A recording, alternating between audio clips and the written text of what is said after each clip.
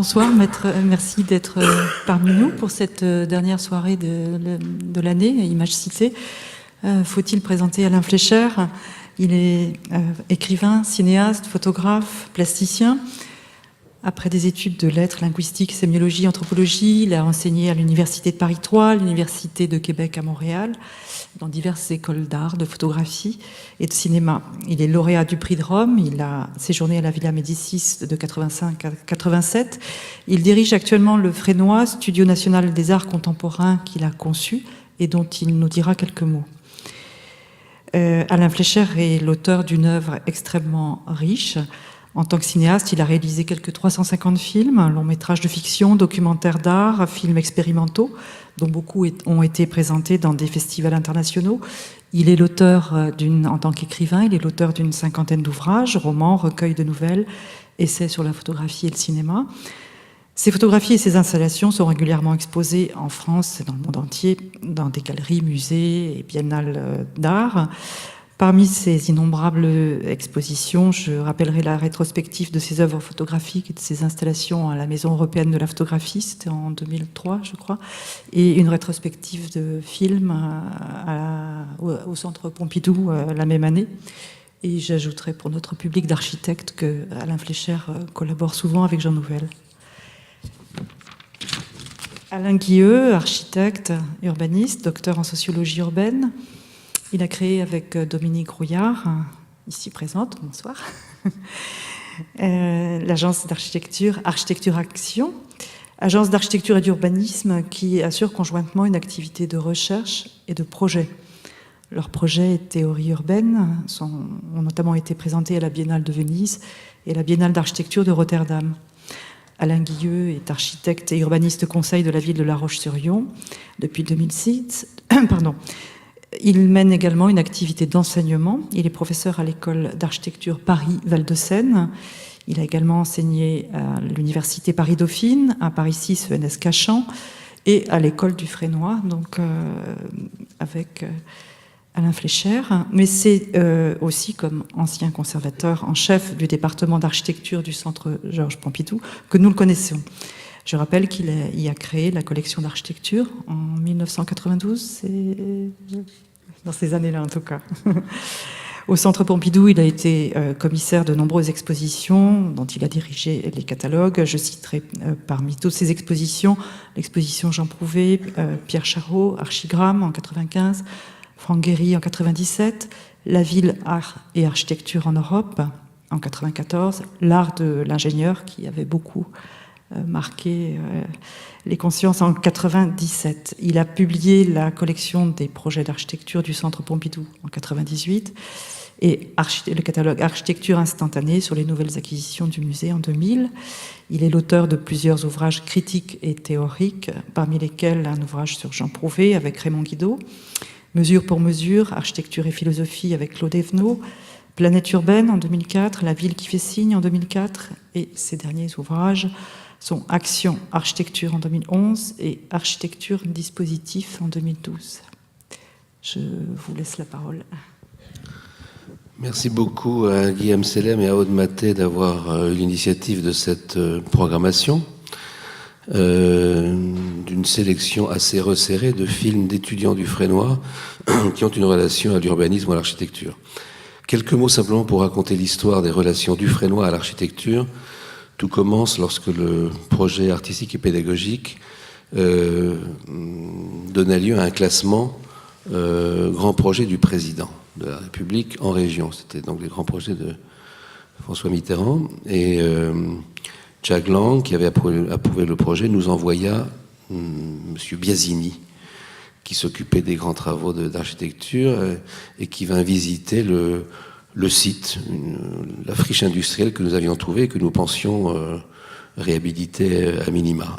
Et je me souviens qu'il m'avait dit « ce bâtiment n'a aucun intérêt, il faut un grand geste architectural pour un tel projet ». Voilà, tout a commencé comme ça. Ça a donné lieu à un grand concours en 2 temps. Il y a eu 5 architectes invités à concourir sur esquisse, sur 160, je crois, dossiers déposés. Je me souviens qu'il y avait eu des architectes qui depuis ont fait de belles carrières. Les deux dont je me souviens le mieux, c'est les deux finalistes, qui étaient Dominique Lyon, qui venait de construire le siège social du Monde, du journal Le Monde rue Falguière. Ce siège a changé aujourd'hui. Et Bernard Tchoumi, qui était surtout connu comme théoricien et pédagogue, doyen de la faculté d'architecture de Columbia à New York, mais qui n'avait construit que, c'est un que, voilà, ce n'est pas péjoratif, les folies de la Villette. Donc des sortes d'objets architecturaux, sculptures sans fonction réelle. Donc le Fresnoy a été son premier bâtiment. Avant même que ce bâtiment fût construit, Alain Guilleux, donc ici présent, avait organisé un colloque au Fresnoy, donc dans les anciens bâtiments, sur l'œuvre de Bernard Tchoumi en tant que théoricien, pédagogue, etc., et sur la relation de son projet au projet artistique et pédagogique du Fresnoy. Voilà, ensuite, ce bâtiment a été un grand succès. Il a eu le Grand Prix de l'architecture en France, 2 prix importants aux États-Unis, ce qui fait qu'il a été beaucoup publié, qu'il a eu beaucoup de couvertures de magazines. Et ça nous a attiré, dans les premières promotions d'étudiants, beaucoup de jeunes architectes qui, avant même de percevoir que le Fresnoy était une école d'art d'un type nouveau, multidisciplinaire et tournée vers les technologies numériques et les arts numériques, avaient vu un bâtiment, avaient repéré un bâtiment, et j'en rencontre encore qui me disent « Ah, c'était un bâtiment qui nous avait attirés. » Voilà. Donc on a eu dans les premières promotions des architectes. Ça s'est un peu calmé après, mais les relations à l'architecture ont continué. Alain Guilleux, encore lui, a été le commissaire d'une importante exposition qu'on a appelée La ville qui fait signe, qui était aussi un geste en direction de cette région où nous implantions, qui avait besoin que nous manifestions notre intérêt pour son territoire et pour ce qui s'est passé. D'ailleurs, c'est cette exposition qui nous a attiré enfin un soutien, une sympathie qui nous était nécessaire, celle de Pierre Mauroy. Voilà. C'est en découvrant cette exposition qu'il a compris ce qu'on faisait, quels étaient nos enjeux, la qualité de nos productions, puisque dans cette exposition, il y avait beaucoup d'œuvres déjà audiovisuelles, des vidéos, des installations, etc. Voilà, par la suite, alors et indépendamment de ce que je viens de vous dire, de nombreux étudiants, français et étrangers, de différents pays, ont produit comme œuvre puisque chaque étudiant au Fresnoy produit une œuvre chaque année. En première année, ce sont des œuvres plutôt, je dirais, traditionnelles, cinématographiques, vidéographiques ou installations. En deuxième année, ce sont forcément des œuvres qui ont rapport ou qui font usage des langages et des techniques émergentes, notamment voilà, tout ce qui est rendu possible par le numérique. Donc beaucoup d'étudiants, on s'est rendu compte qu'il y en avait vraiment beaucoup, ont fait des films en relation avec des questions d'urbanisme et d'architecture. Certains sont des films de fiction, où l'architecture joue un rôle important, certains sont des documentaires au sens assez traditionnel du terme. Quand Aude Maté nous a fait cette proposition, moi j'avais en tête 5 ou 6 films.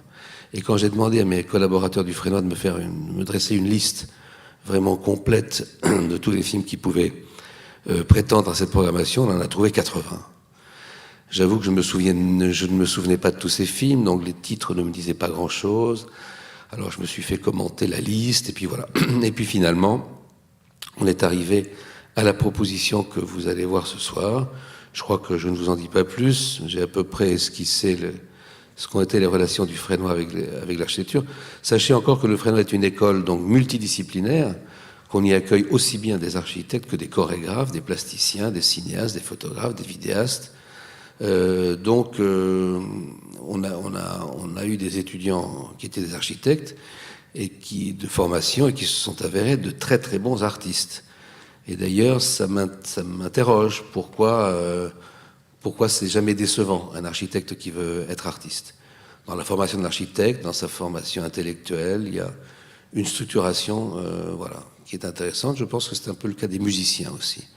Je dirais que musiciens et architectes sont dans le champ de l'art des artistes qui sont mieux ou en tout cas plus fortement structurés que les plasticiens, par exemple.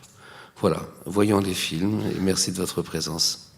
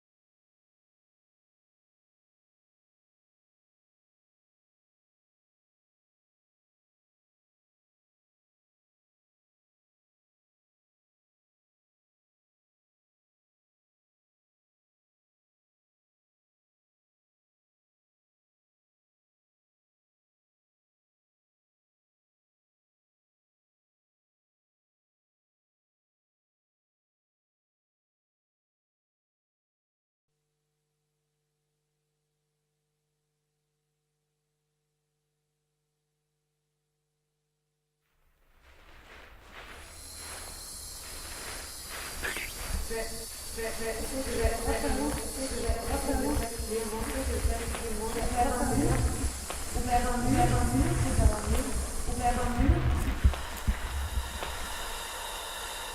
après, le reste. Oh, oh, oh, oh, oh, oh, oh, oh, oh, oh, oh.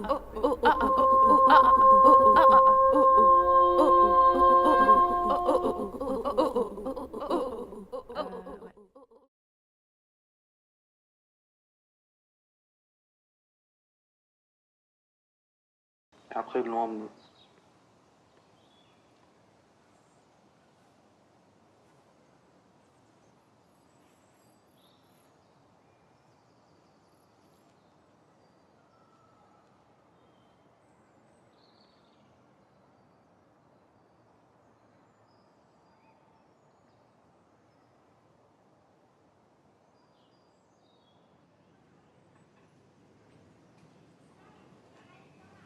Moi, je suis arrivée quand il finissait de couper le tuyau. De là, je suis restée en bas à regarder Jean-Michel qui divaguait un peu avec sa voiture, qui rangeait, qui vidait, qui sortait toute sa voiture.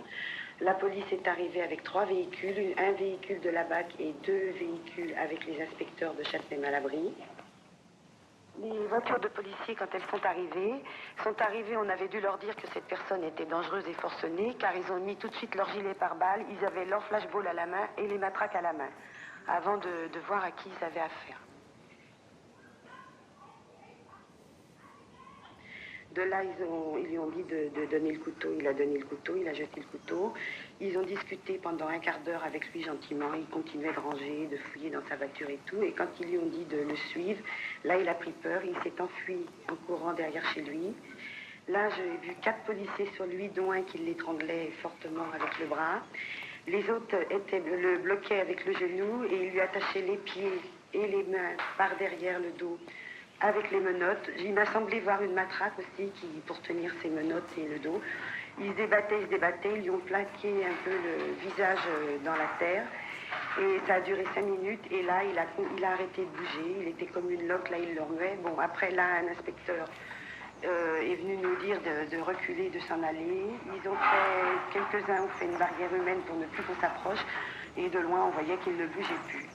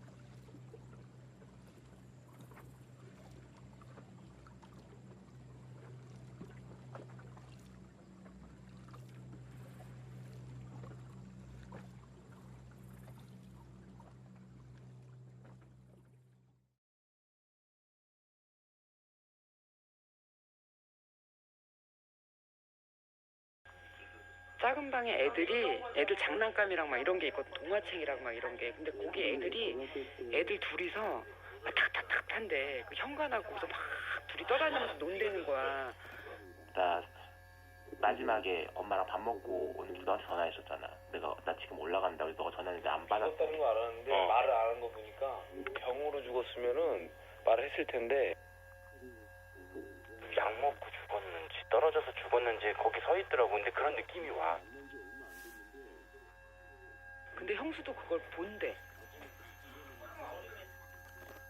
근데 전화를 못 받았냐면 김동생 자살해서 죽은 거지. 근데 왜 자살해서 죽은지는 모르지. 이제 빵 터진 거야. 둘이 얘기를 하다가. 근데 내가 눈을 봤는데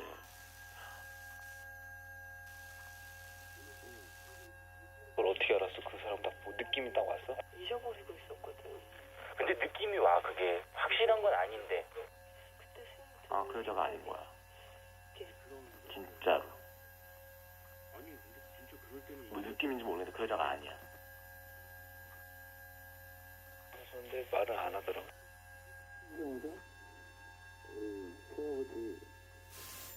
아니 그건 모르지. 근데 이제 그런 거, 뭐 그런 거는 뭐 안 믿는데 걔가 좀 휘두르고 있더라고 안에서. 엄마가 잘했어. 그래서 나 어렸을 때 나 간뚜껑도 여러 번 해고 그런 거 가지고 무서워하지 않는다고. 해볼 테면 해보라 이런 식으로 나갔더니. 근데 내가 보기 못된 년인 거야. 그 안에 있는 애가. 너무너무 못된 년인 거지.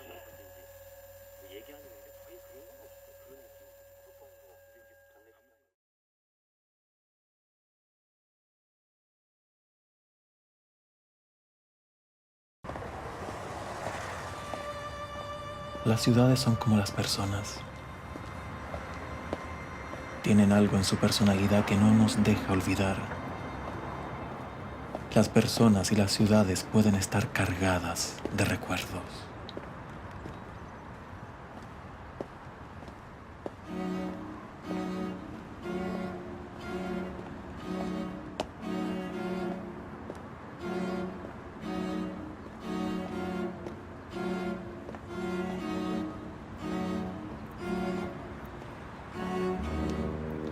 Recuerdo el mantel blanco de la casa de mi madre, el arroz con huevo, los aviones, las bombas, los gritos, la ternura de las manos que me protegían, los golpes, tus ojos, la leche caliente.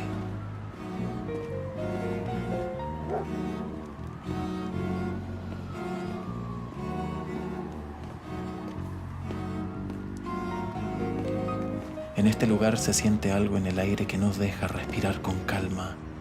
Esta ciudad está contaminada, pero no es el aire. Se siente en el alma.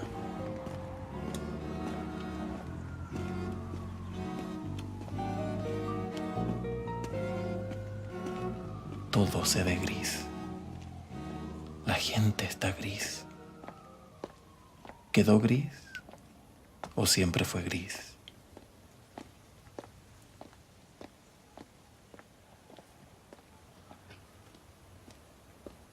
Respira.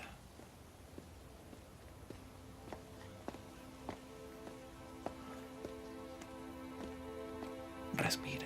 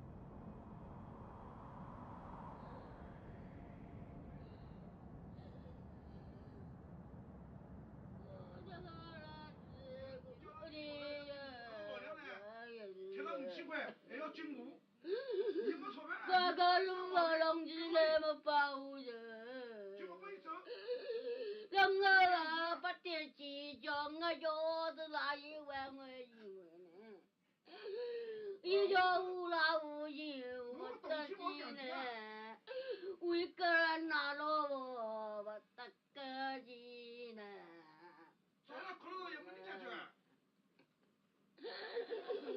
모두 거라 뜨고리 당연 우정아 주에 넣어봤다 우정아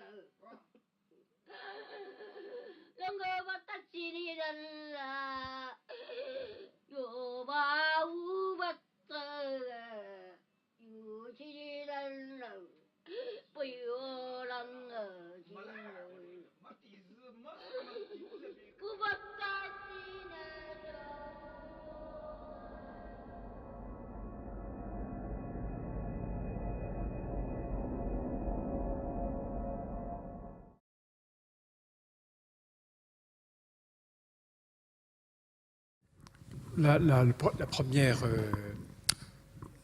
Premier sentiment que j'ai eu en voyant les films, c'était tout d'abord le fait qu'ils étaient extrêmement justes, extrêmement exacts. Et là, ce soir, vous avez eu des bugs, etc. Mais je les ai vus dans d'autres conditions et je les trouvais assez sidérants d'exactitude.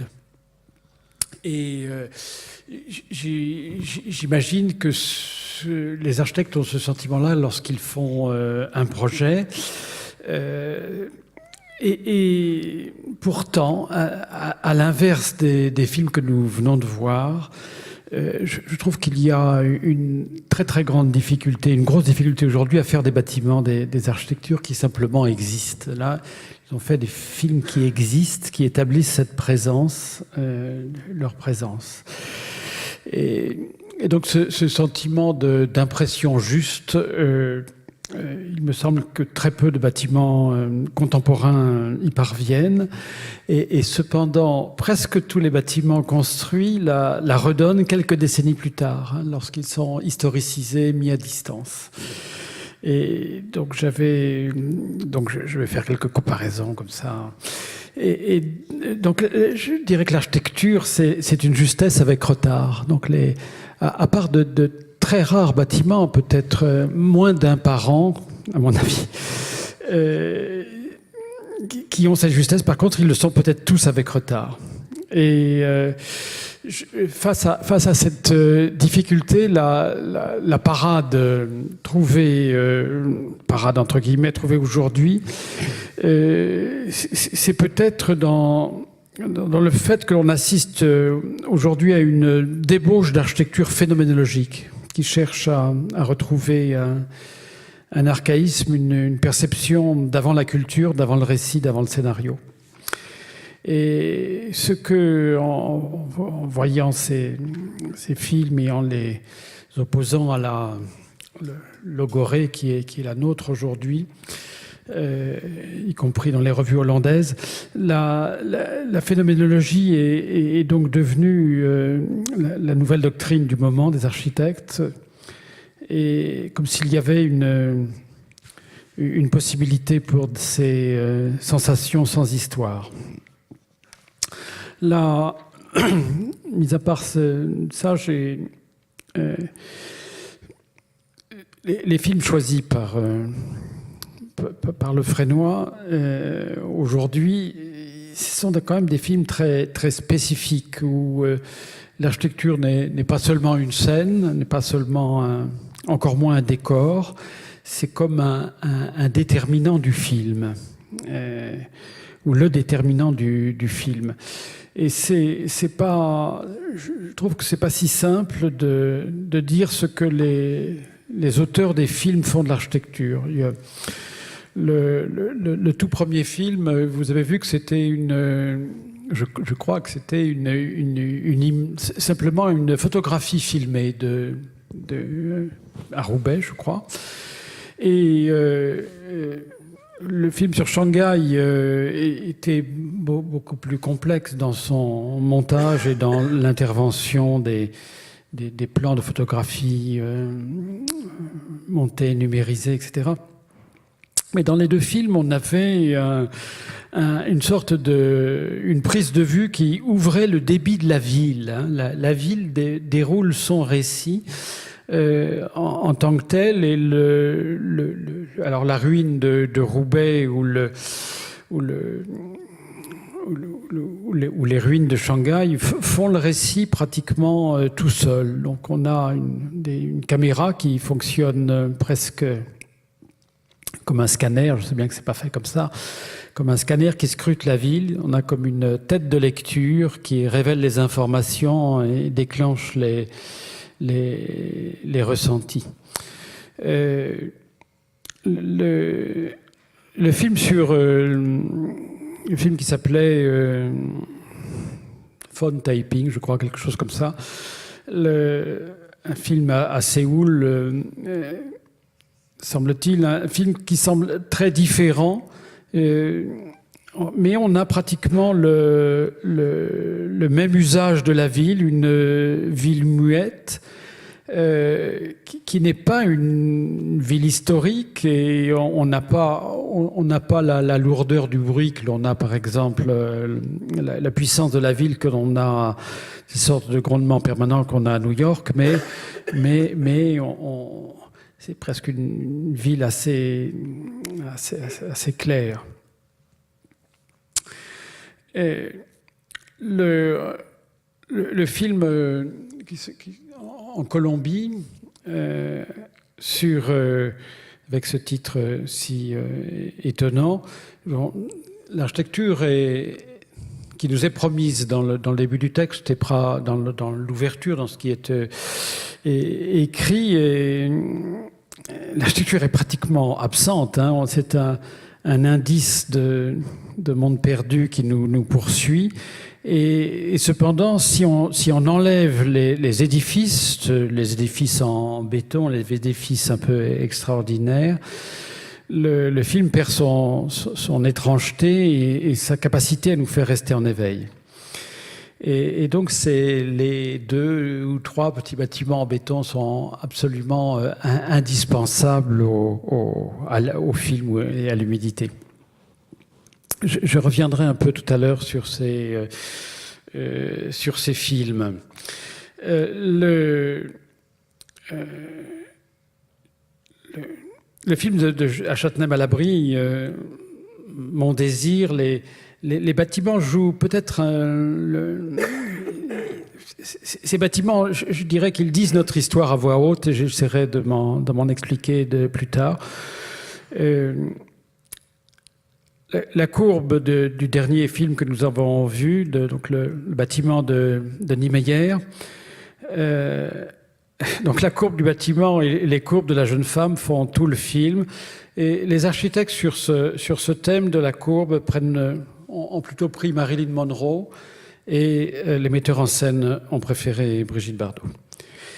Et dans les films qu'on vient de voir, l'architecture est saine, elle est dispositif, acteur du film, et ce sont des films je trouve assez littéraires, parce que la ville imaginée est muée en objet culturel à décrypter, à faire fonctionner. Tu me dis quand j'arrête ?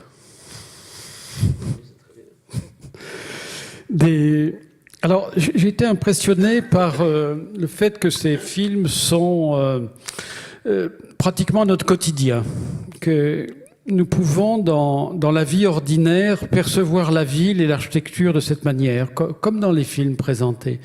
Ce sont des impressions comme nous pouvons les avoir dans nos propres dérives intérieures. Et en même temps, ce ne serait qu'un moment de la vie quotidienne.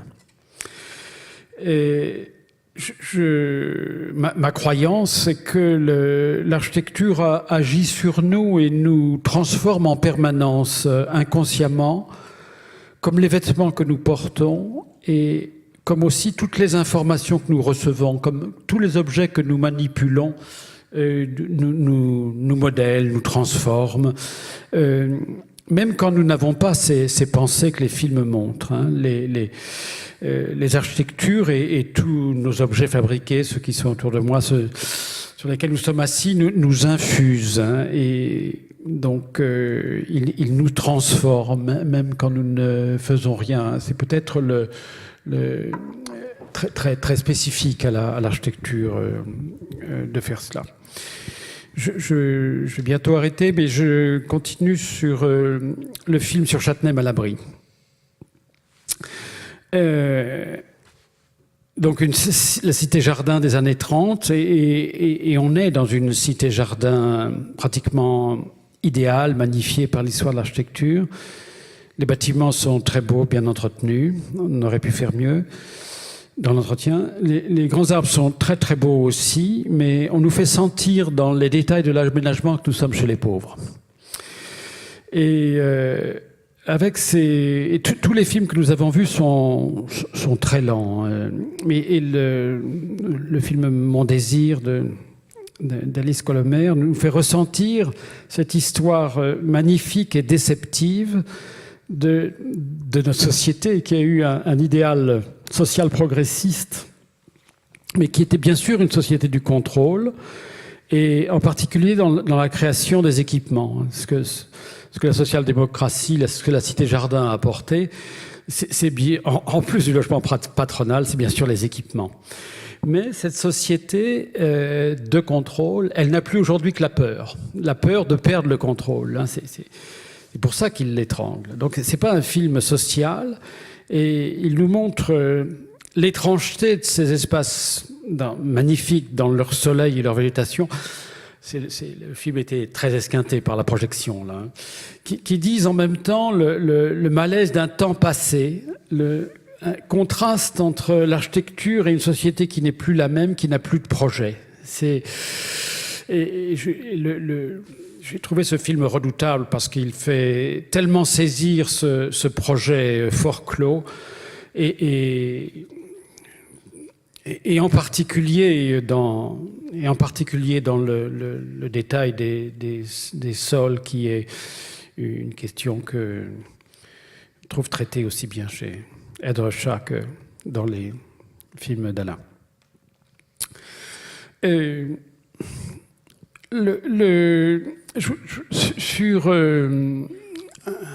J'avais un propos décalé sur le film à Ecuador.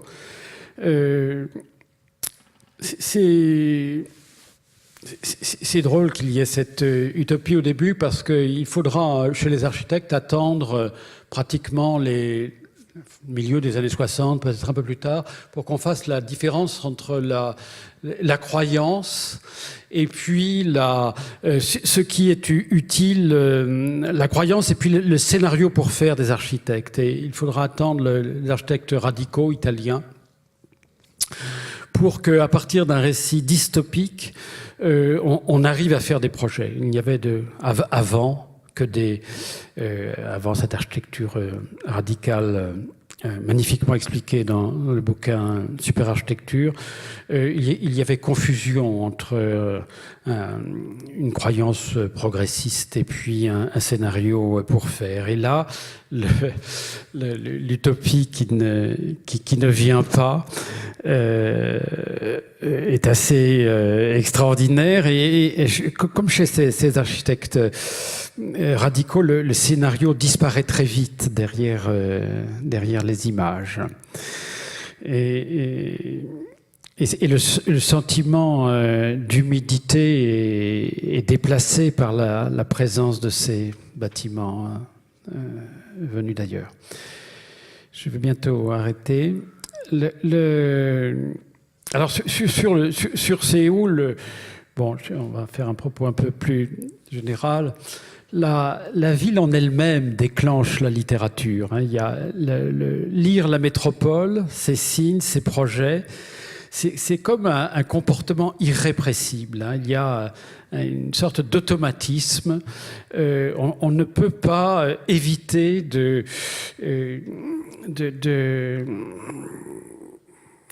on ne peut pas éviter de lire, de théoriser l'urbain. C'est comme une activité vitale partagée. qui va chercher tout, hein, la démocratie, l'utopie, la raison, la communauté, l'œuvre, soi-même, bien sûr. Et aujourd'hui, il y a encore sans doute une catégorie professionnelle qu'on pourrait appeler les philosophes de la vie. Là, je dis ça avec un peu d'ironie. Et donc, l'urbain déclenche le regard, le commentaire, la fiction, l'histoire, le souvenir. Alain dirait peut-être la descente. Et peut-être plus encore que les vues de paysage.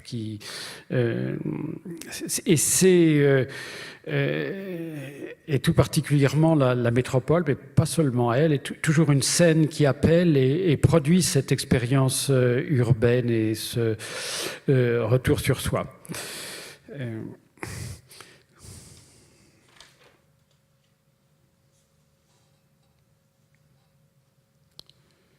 Tu me dis, Alain, si tu veux. Et encore quelques mots sur le fait qu'il n'y a pas de film sans architecture. C'est-à-dire qu'on doit toujours poser, on doit décider de là où on pose sa caméra. Il y a toujours une scène, il y a toujours une architecture, même dans le désert d'Atacama. Et cela devient intéressant, je trouve, pour les architectes, lorsque l'on s'aperçoit que l'architecture ouvre la scène, qu'elle ouvre les possibles, qu'elle ouvre les virtualités. Et c'est en cela, pour moi, qu'elle est un dispositif qui va déclencher des actions, toutes les actions humaines, des scénarios, des imaginaires. Et je dirais que l'architecture, c'est ce qui fait scène avant le cinéma.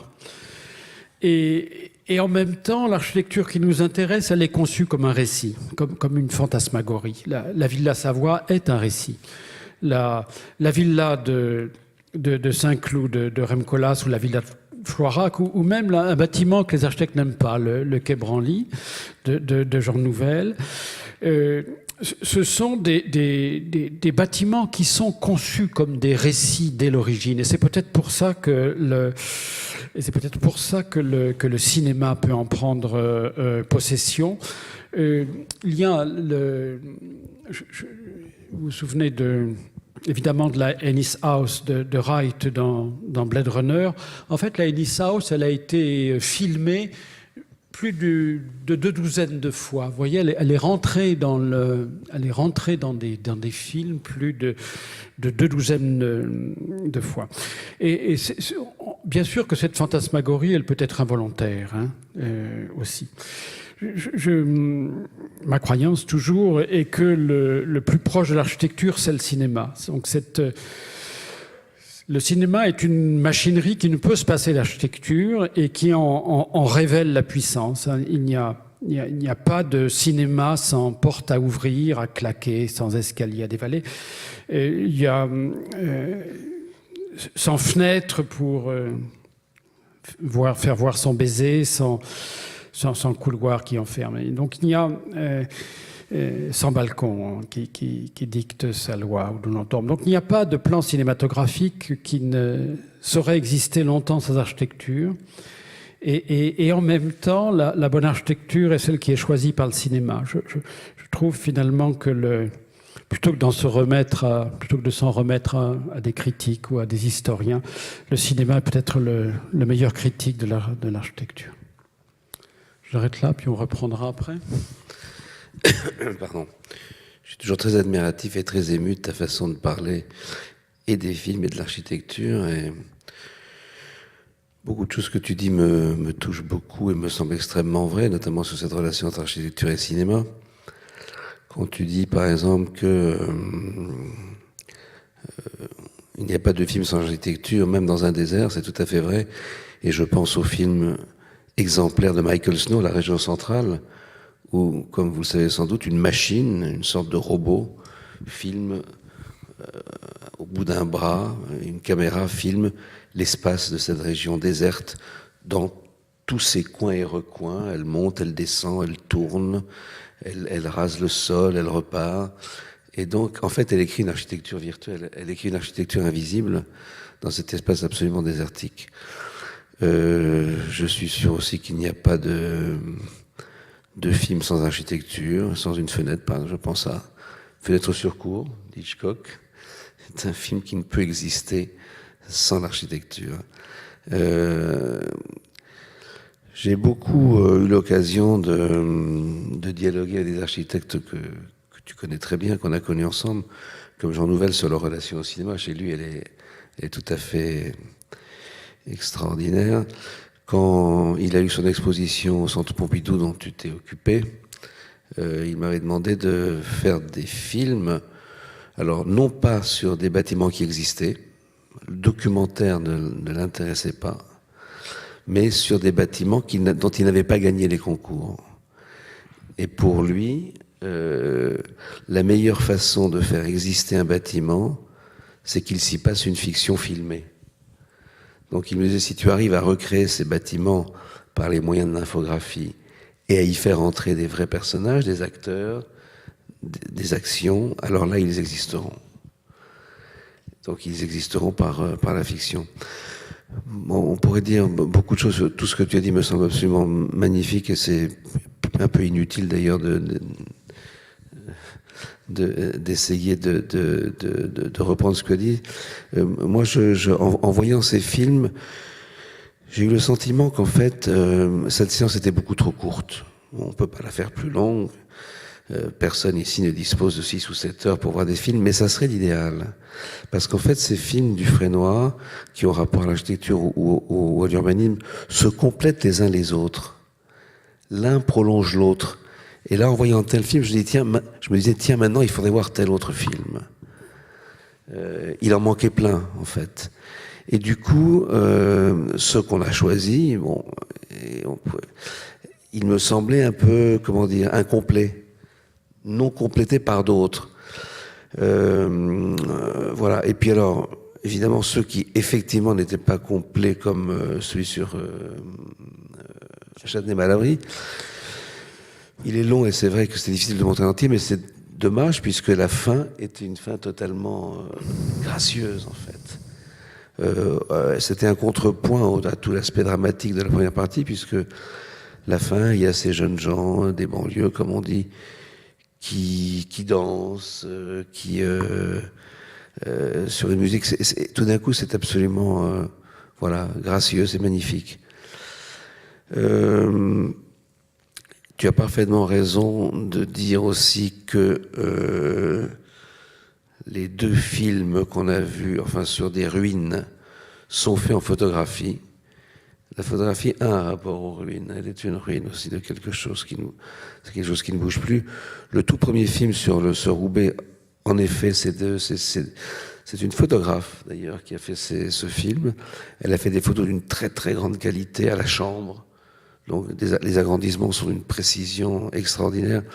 Là, j'ai trouvé que la projection était un peu molle, mais quand on voit une projection extrêmement précise, ce film est très énigmatique parce que on ne peut pas comprendre que c'est des photos et puis ça ne bouge pas.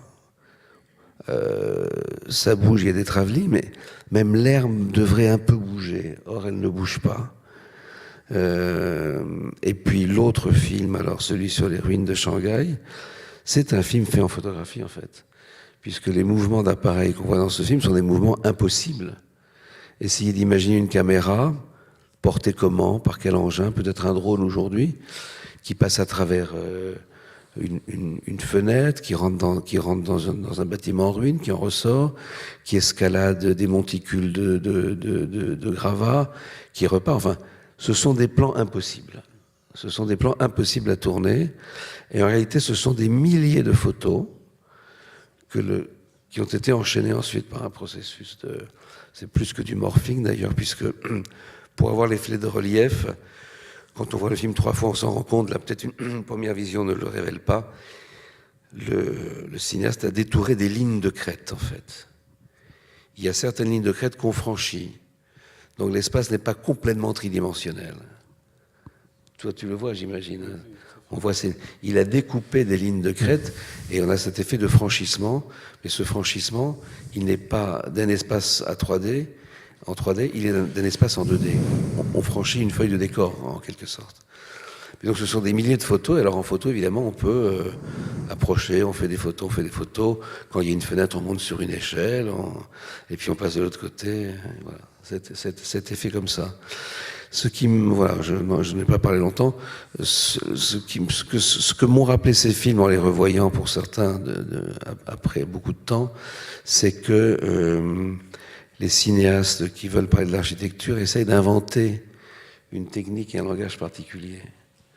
Ce cinéaste de Shanghai, il a inventé cette technique, il a inventé le logiciel et il l'a fait fonctionner pour son film. Et c'est le langage juste. Et la cinéaste suisse qui a photographié et filmé Roubaix, elle avait parfaitement raison. Il fallait faire des photographies de très très haute qualité et les parcourir comme un décor réel. Oui, c'est la première chose qui m'a... C'est pour ça que j'ai commencé par ça, par l'extrême sentiment de justesse qu'il produisait. Je relance un peu sur ce qui me passionne absolument dans nos histoires, c'est l'emboîtement entre le cinéma et l'architecture. Le fait que ce sont deux activités totalement emboîtées. Le cinéma raconte ce que l'architecture pourrait virtuellement imaginer, ce qu'elle imagine parfois, mais elle ne peut pas envisager toutes les occurrences cinématographiques, tout ce qui pourrait s'y passer, tout ce qui pourrait advenir. Donc il y a cette part impossible de l'architecture, c'est le cinéma. Elle ne peut pas prévoir ce qui va se passer. Et en même temps, il y a des bâtiments qui sont des attracteurs de cinéma. Le bâtiment Copan de Niemeyer en est un. Et je crois que c'est pour les Brésiliens un bâtiment que plein d'autres cinéastes ont utilisé, des écrivains, etc. On n'a pas vu un film magnifique ce soir sur Santiago. Un parcours incroyable où le narrateur, en marchant, décrit toute l'histoire de son enfance sous Pinochet, qui est absolument extraordinaire. Et de fait, la ville historique est une scène, est en tant que telle un art de la mémoire et de la divulgation. Et c'est peut-être pour ça que les bâtiments, même lorsqu'ils sont médiocres, je pense à ceux qu'on construit aujourd'hui, s'historicisent et fatalement font récit très vite et nous entraînent dans notre nostalgie. Alors, il y a des bâtiments qui sont révélés par le cinéma. Et j'ai eu ce sentiment-là avec le film que tu avais fait sur le bâtiment de Tchoumi, les grands artistes observés par un bailleur de nuit, parce que j'avais... Pour moi, c'était le film qui montrait la validité du travail de Tchoumi et du meilleur travail de Tchoumi. Je voudrais dire aussi que le cinéma, non seulement il invente nos manières de voir, de marcher, il invente aussi nos monuments d'architecture. J'ai été très surpris d'apprendre que le parc national Monument Valley n'avait existé qu'après les tournages de John Ford. Tu vois, c'est-à-dire, avant, on ne sait pas que... ce n'est pas un parc national, tout d'abord. Donc, c'est le cinéma qui instaure le paysage en tant que tel. Et le mot en lui-même, le titre, est tellement cinématographique. Monument Valley, pour parler de ces falaises. Et donc, il y a une architecture que le cinéma invente. Mais je le dirais dans plusieurs films. Je ne décolère pas sur cette histoire de Villa Arpels. Tati a réellement inventé son architecture en dehors de l'architecture moderne. Le poisson, les portes, les meubles automatiques, les sols qui empêchent de marcher, le mobilier inhospitalier. les yeux quasi postmodernes de la maison, bien sûr, qui réarticulent et désarticulent nos comportements. Et en fait, l'architecture des architectes, la nôtre, donc, elle ne deviendra drôle, divertissante, décalée, qu'avec la postmodernité de Jenks, c'est-à-dire dans le milieu des années 70. Et on pourrait essayer de regarder ce qu'il en est de l'architecture inventée en propre par le cinéma. Alors, Ali, tu parlais de Nouvelle. Alien a été à un moment donné un modèle pour Nouvelle, un des films qui lui faisait faire de l'architecture. Mais moi j'ai en tête un film de science-fiction des années 30, Things to Come, donc d'après un texte de George Wells, un film de science-fiction qui est absolument pertinent et combien au-delà de ce que pouvait imaginer Le Corbusier. Donc avec des bâtiments inventés par le film pour les films qui sont bien au-delà des productions des architectes fonctionnalistes du moment. Et c'est pas un cas isolé. Par exemple, les dessins futuristes, les dessins de Santelia sont largement anticipés par les cartoons de l'illustration, par exemple, hein, ou pareil pour l'Amérique. L'architecture des James Bond, elle est peut-être plus pop et plus archigramienne qu'archigramme, par exemple, hein, pour les premiers. Donc, je crois qu'on pourrait s'intéresser à ces architectures autres. Mais il y a une invention de l'espace architectural par le cinéma, pas seulement dans ces objets-là. Tu avais montré le film de William Klein, Broadway by Night, au Grand Palais dans ton exposition. Et en fait, la surface de la projection, sa lumière, je crois, a été un espace contemporain.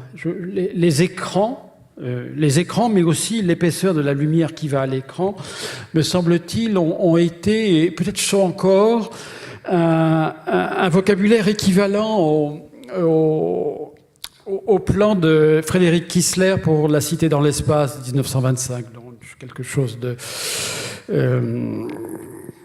que vous connaissez certainement. Alors, bon, si je vais dire quelque chose quand même, il me semble que et c'est en cela que je trouve ce rapprochement tout à fait passionnant. Pour moi, l'architecture, c'est vraiment ce qui fait scène avant le cinéma. Et l'architecture, c'est ce sol universel du cinéma qu'il ne vaut que parce que l'on en fait. Donc, à savoir sa transformation en dispositif architectural et précisément cinématographique. Et c'est pour cela qu'il ne faut pas... donc, c'est le cinéma qui fait l'architecture, les scènes et les actions qui s'y jouent, et non les éléments de Guadet pour... Enfin, vous m'aurez compris. Donc, ma question, ce serait qu'est-ce qui fait cinéma dans l'architecture avant le cinéma?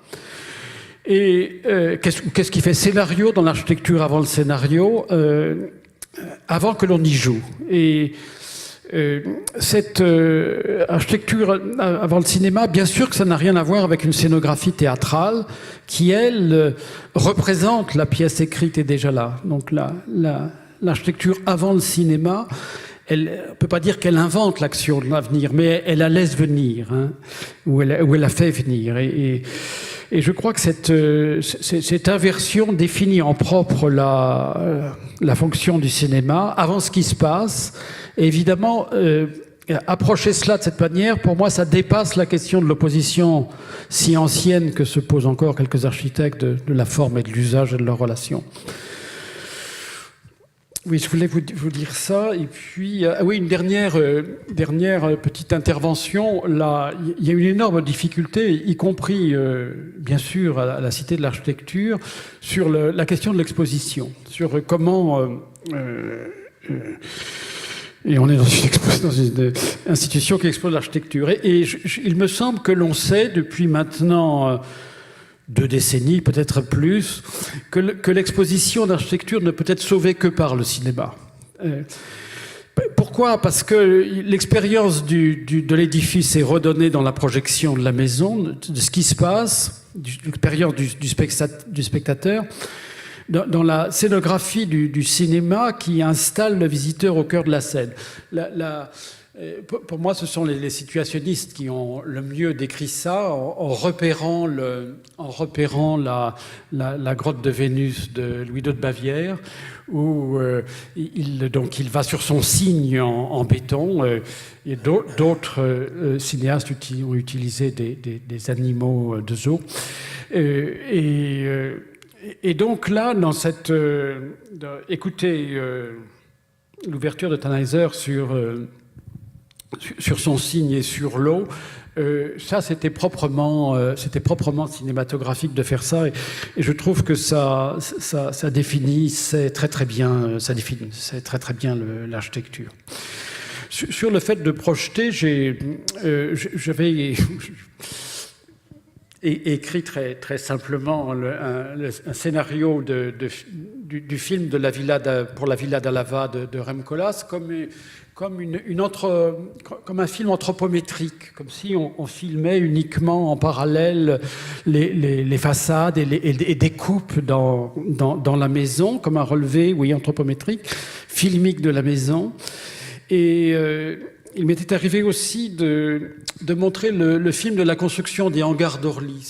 On n'a pas, non seulement il ne reste rien de ces hangars, mais le film de la construction est extraordinaire parce qu'on voit ces immenses hangars en béton où les coffrages sont tirés par des chevaux et sur une technologie de roue de vélo pour fabriquer les cintres tout à fait extrêmes. Et donc, il me semble qu'on ne pourra pas, qu'au moins on devra au minimum en passer par là pour exposer l'architecture. Et parce que bien sûr ça déplace le face-à-face avec le dessin, la maquette, et parce que l'on s'y déplace dans l'espace des images. Et le premier exemple magnifique de ça, c'est une exposition à Londres, Visions of Japan, en 91 de Toyo Ito. Et en même temps, l'exposition montrait les limites que l'architecture allait connaître, puisqu'il suffit d'une boîte rectangulaire pour en projetant sur toutes ses faces pour faire disparaître un besoin de forme. Et on a été plusieurs à travailler dans ce sens-là.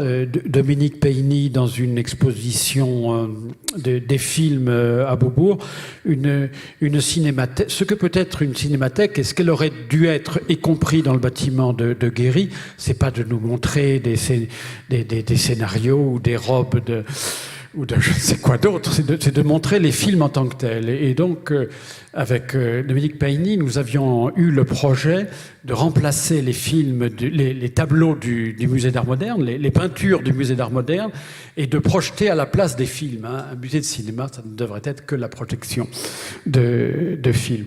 Et c'est ce qu'on a essayé de faire dans La ville qui fait signe au Fresnoy, et c'est ce qu'Alain a fait aussi dans son exposition au Grand Palais, c'est-à-dire un espace totalement constitué par les projections elles-mêmes, et je crois que c'est une architecture en tant que telle. Voilà. Bon, peut-être une dernière remarque. Ce qui est étrange pour nous par rapport au Fresnoy, c'est que nous n'arrivons pas à avoir cette qualité d'école dans nos écoles d'architecture. Il faudrait se demander, quand même qu'on se demande pourquoi. Alors on va chercher à Lausanne, qui a effectivement un directeur extraordinaire, à Zurich, à Venise. Bon, mais si nous pouvions avoir un Fresnoy des architectes, ce serait pas mal. Juste une très brève tentative de réponse à ta question. Où est le cinéma dans l'architecture avant le cinéma? Je dirais que elle est dans le fait que l'architecture, pas toute, induit du mouvement. Et tout mouvement est une dramaturgie. Si une architecture n'est qu'une façade, elle est un décor théâtral.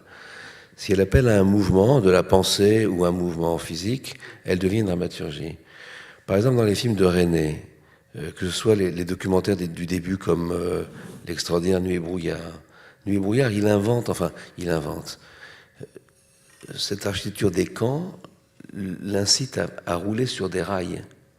Il invente les travelling qui seront ensuite ceux qu'il utilisera dans Marienbad.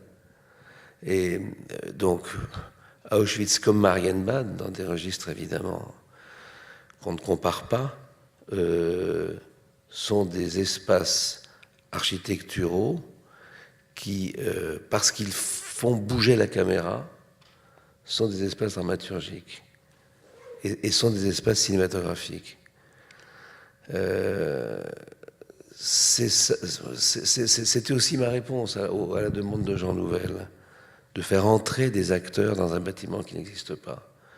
Passer devant, c'est rien, ça marche pas. Et d'ailleurs, beaucoup de bâtiments de Jean Nouvel sont des bâtiments qui incitent à des mouvements, aussi bien des mouvements physiques de celui qui le pénètre que des mouvements de caméra. Dernière chose, on a parfois comparé, c'est une comparaison un peu convenue et flatteuse évidemment, mais convenue, le Fresnoy à un Bauhaus d'aujourd'hui, un Bauhaus électronique. Le Bauhaus, il destinait tout ce que produisent les artistes à l'architecture. La destination finale d'un tableau, d'une pièce musicale, d'une photo, c'était d'être dans un bâtiment. Et aujourd'hui, j'ai l'impression qu'une inversion se dessine. L'architecture est destinée aux images. Elle est destinée au cinéma, elle est destinée à faire image et être dans les images.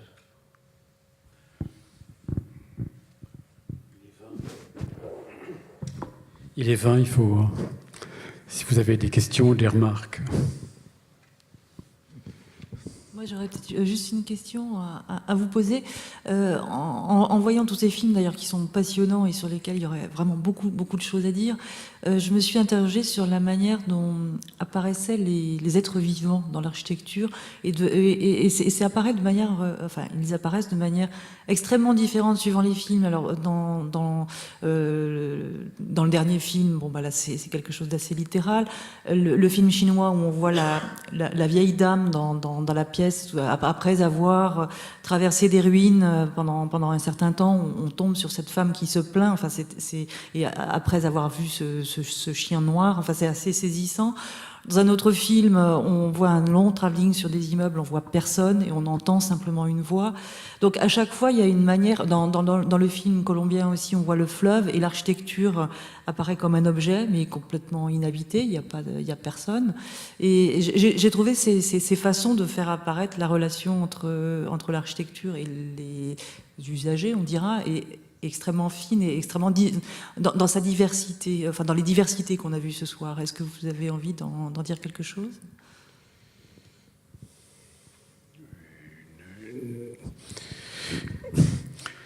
Non, parce que je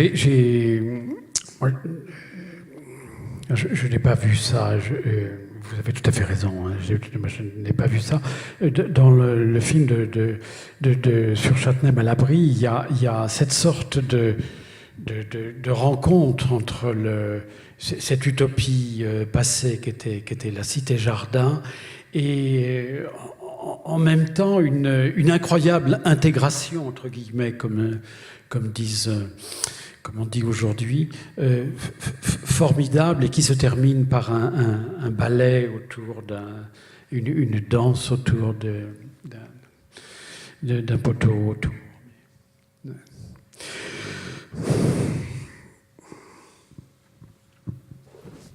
Non, je pense que c'est la grande différence entre des films faits par des jeunes artistes sur l'architecture et l'urbanisme avec les films que font les architectes sur leurs propres bâtiments. Les architectes, pour le coup, ils créent des bâtiments admirables, des formes admirables, mais ils ne savent pas représenter l'être humain dedans. Là aussi, j'ai collaboré parfois à la création d'images de synthèse en 3D pour pour pénétrer dans un bâtiment, circuler dedans et donner l'impression de ses volumes, de ses parcours. Mais c'est un œil désincarné, en fait. Et il n'y a même pas de caméra, en fait.